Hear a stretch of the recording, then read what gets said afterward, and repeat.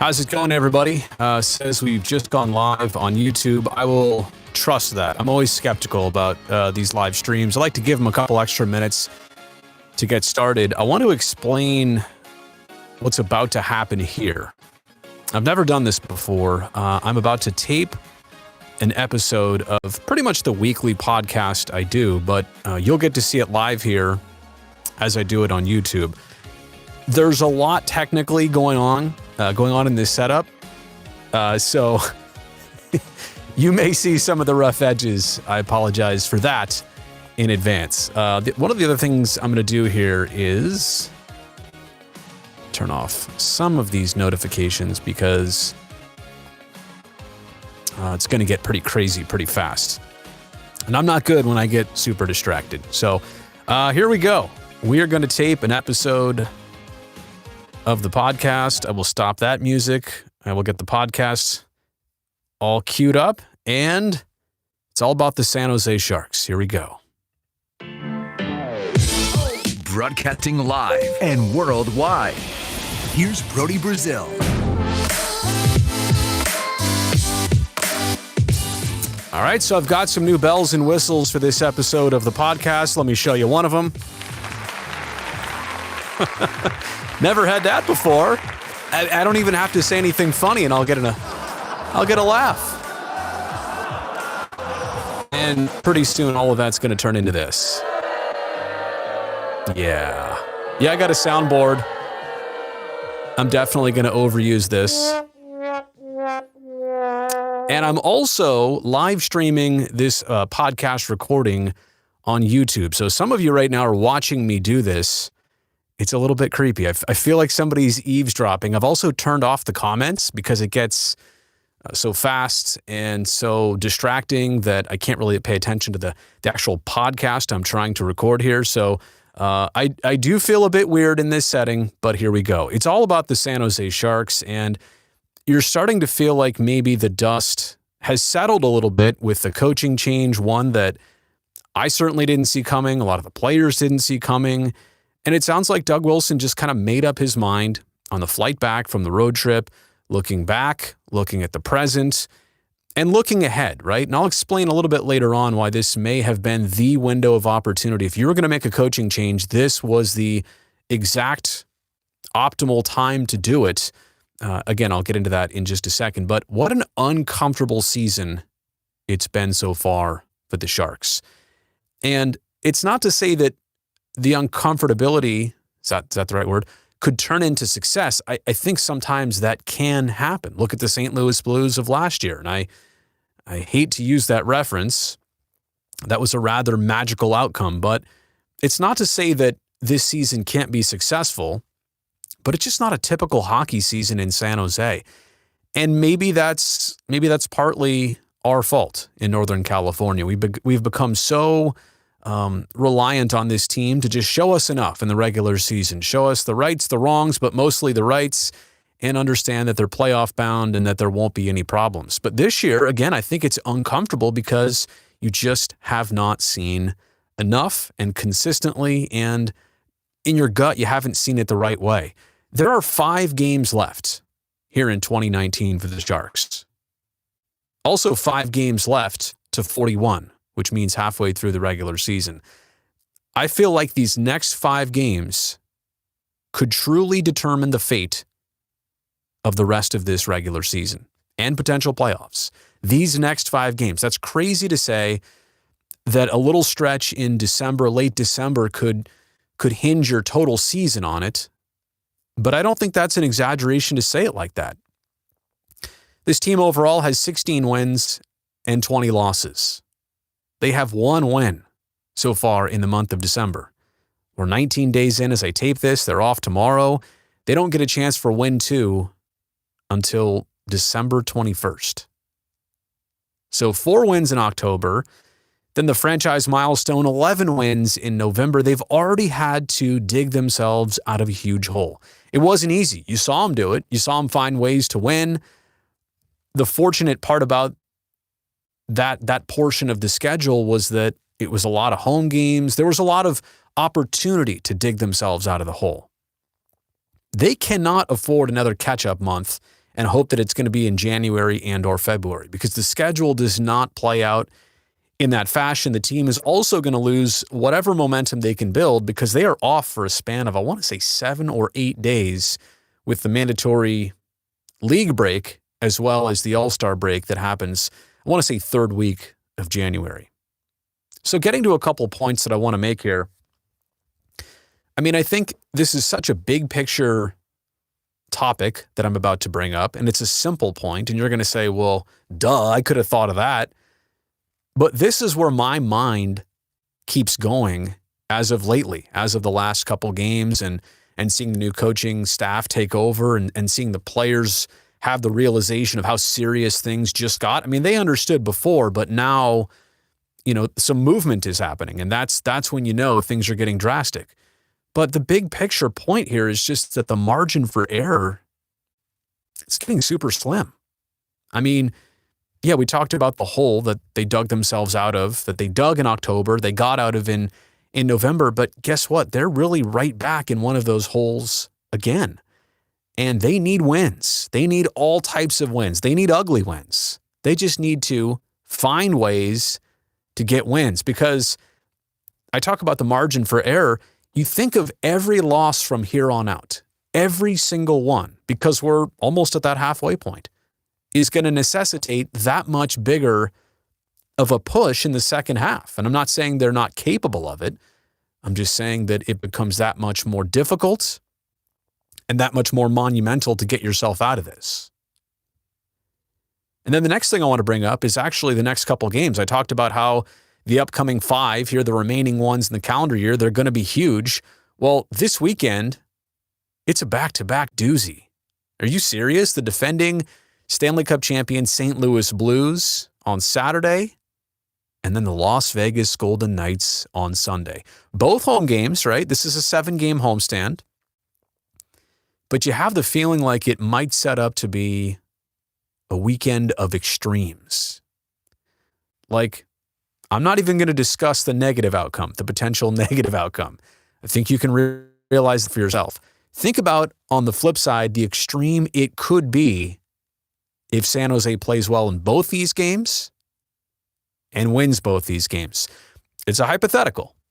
I realize, based on where we've been this season, maybe it's not safe to make that type of hypothetical.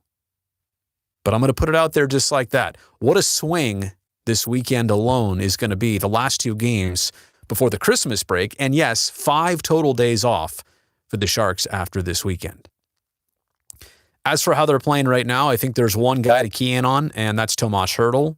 He's been red hot on a 5-game point streak, a 3-game goal streak. And it's not to take away from Aaron Dell, because I think he has definitely, in the realm of fresh slates, I think he's a guy that's kind of jumped up and taken advantage of more opportunity. But Tomas Hertl was a centerman going back to early last season, and now they put him back on the wing on Joe Thornton's line. And, he was also a guy that was dealing with some sort of lower body injury. We think it was an ankle injury that kind of cropped up all over again. But you could clearly see that he was not producing. He didn't look right for a certain stretch of time. And now he's back on the opposite of that. It is good to see Tomas Hertl doing some damage. But just going back to this whole situation, you've got an interim head coach. And with a lot of clubs, you do get the honeymoon phase after a coaching change, right? Everybody wants to right the wrongs. Everybody's, dotting all their I's and crossing all their T's. And a lot of times, think about a honeymoon. Like, there's a reason that that expression comes to sports teams. Everything's so new. It's so right. It's so unblemished. And this is the time to capitalize on that. It hasn't, though, for the Sharks, truly been a honeymoon phase like we've seen happen to other teams. And I understand we're only talking about 3 games in, and I'm not gonna judge on that. 2 of the games were decided quite late. One of them wasn't so close. But point being is they made some late mistakes, and that's also a point I want to get to in just a second. But I look at who's been brought in. Bob Bugner already around these guys. I think that makes a huge difference. Imagine if they brought in somebody from the outside, completely new and different in this situation. I just think that's too jarring. I think that you're setting yourself up for actually a rougher transition, a more difficult road ahead than the Sharks are even on right now. You bring in Mike Ricci, you bring in Evgeny Nabokov, both guys who have never been assistant coaches at the NHL level before, obviously. And so this is new to them. But there's a comfort factor to fans, to people in the organization. They're recognizable. You trust them. You understand that they have the knowledge. They may not have the experience, but it's kind of like if I'm going to give my keys to the car to somebody, they've got to move the car for me. Who do I trust? I'm going to give it to known commodities. And that's what you have in Nabby and Reach. And not to mention Roy Sommer, right? That's a whole different story. Think about this. He's the guy for the Barracuda for the last 2 decades that's been churning out star talent, and he's the guy that understands a lot of these young players as well as anybody else. He was their head coach during the most impressionable years before they became Sharks. So you've got a lot of the right pieces in place. I say this was a comfortable move, but now looking back, I'm also realizing all the benefits of why these were the people assigned to the roles that they now have. And again, in terms of this coaching staff, the jolt they can make, what they can introduce, I'll talk about strategy in just a second, but I do think that you have to give it, some time to evaluate. 3 games, that's not enough.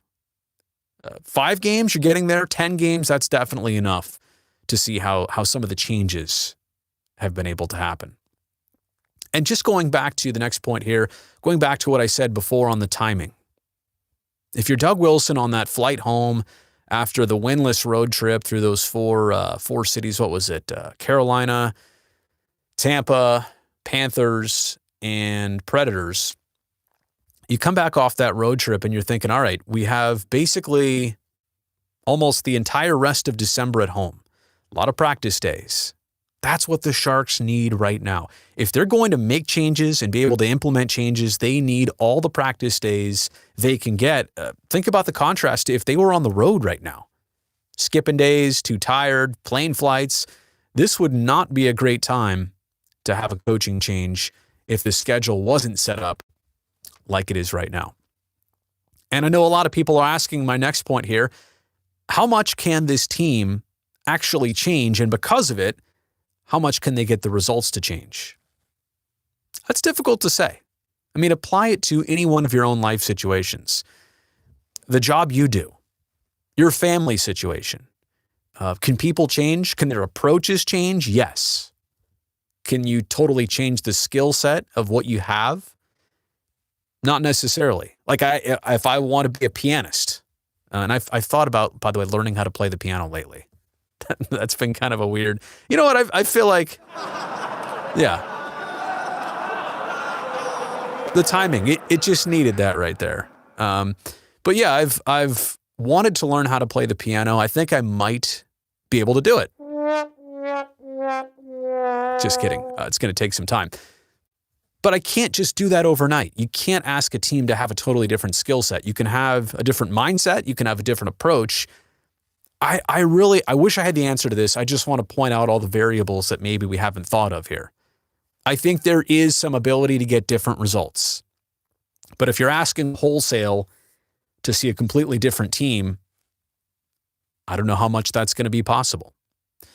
Also want to talk about what happens to this team late in games, specifically third periods. Overall, their goal differential is third worst in the entire NHL, in all periods, right?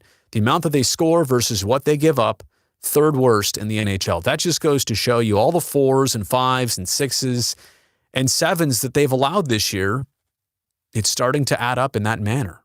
And they either win narrowly or they seem to get blown out.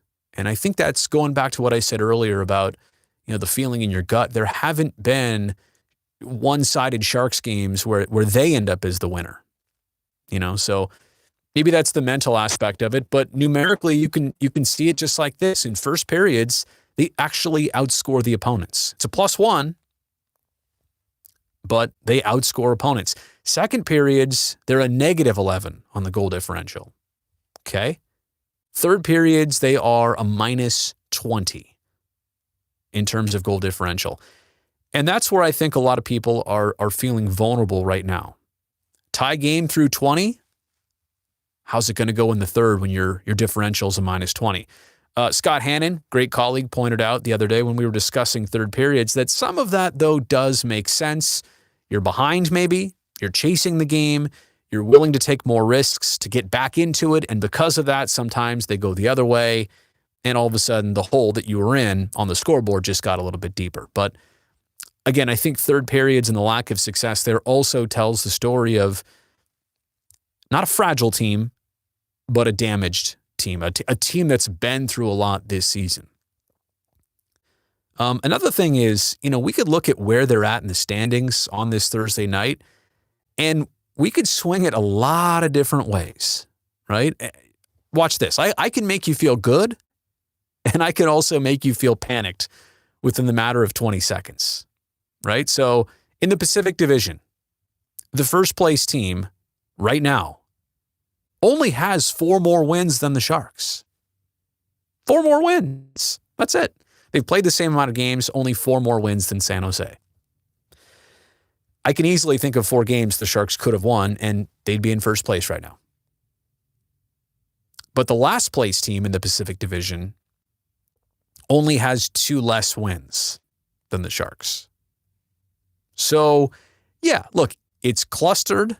But like I said right there, I mean, you could paint this picture a lot of different ways. So as much as people are concerned, and they should be, it just goes to show you how tight the Pacific is, how there is some flexibility. But I'm here to tell you, I'm here to remind you, the rest of December matters.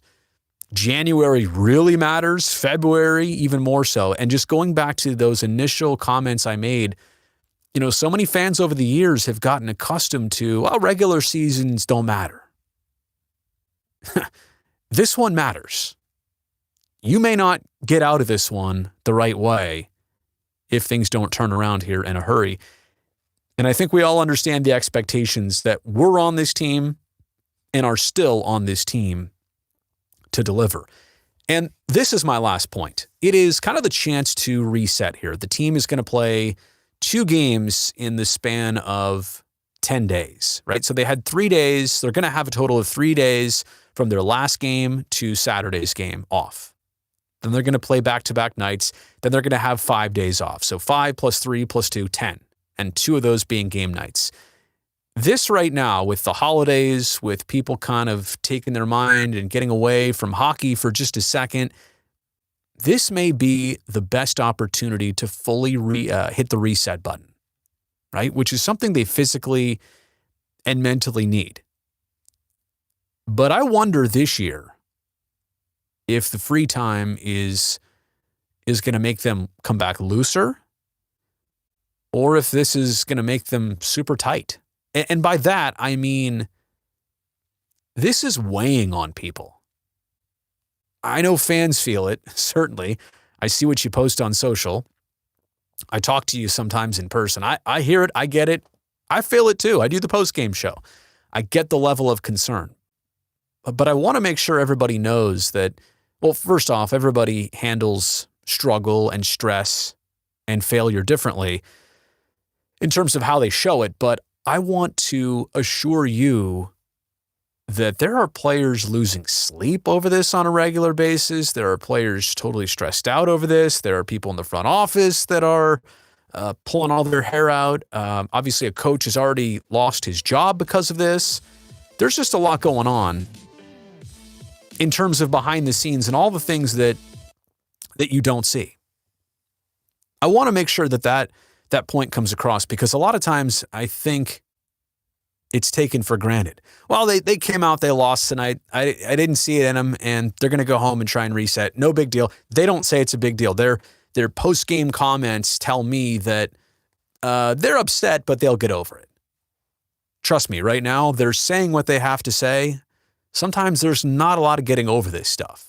It's starting to eat at them. And is that bad? It could be, but it could also be very good in terms of turning things around. And just to let you know that there is some pressure mounting on these guys. So that's all I have for this episode of the podcast. If you've been watching on YouTube, by the way, I totally appreciate this. I've tried to address the camera as much as possible and not, totally go off the notes and the outline that I've prepared. But this is kind of an inside look at what the podcast taping situation looks like if you've been watching it on YouTube. And if you're only listening on the podcast, audio only, highly suggest you go to the YouTube channel, hit subscribe, and I have a lot of different content that I put on that platform as opposed to here on the podcast. Instagram, Twitter, TikTok, all the different places. I will see you there. But until next time here on the podcast, I'm Brody Brazil, and yes, that is my real name. And there you go. That's a podcast, everybody. Maybe I could turn the comments back on here just to see. Oh, wow. All right. There have been some comments. Yeah, I did not want to just get distracted. So I apologize, because when they scroll up the screen and I'm looking just to check everything else, it can weigh on me. I forgot to play so many sound drops here. Didn't even get that one in. Feel like that was an obvious one. But yeah, we will see you on, I'm gonna turn this down. We will see you on Saturday and Sunday, Little Sharks pregame live. I'm super interested in this weekend. I really, really feel like, we're gonna get something dramatic, even a split, which I say that because it sounds like you don't get much out of that. Even the split, I think, would tell some stories. So, all right, we're hitting 22 minutes here on the video. I don't want it to go too long, so I'm going to sign off here on YouTube. Appreciate everybody watching. And by the way, you're here. I love that. But also check out the podcast when you can. It's on Apple, Google, Stitcher, and Spotify. All right?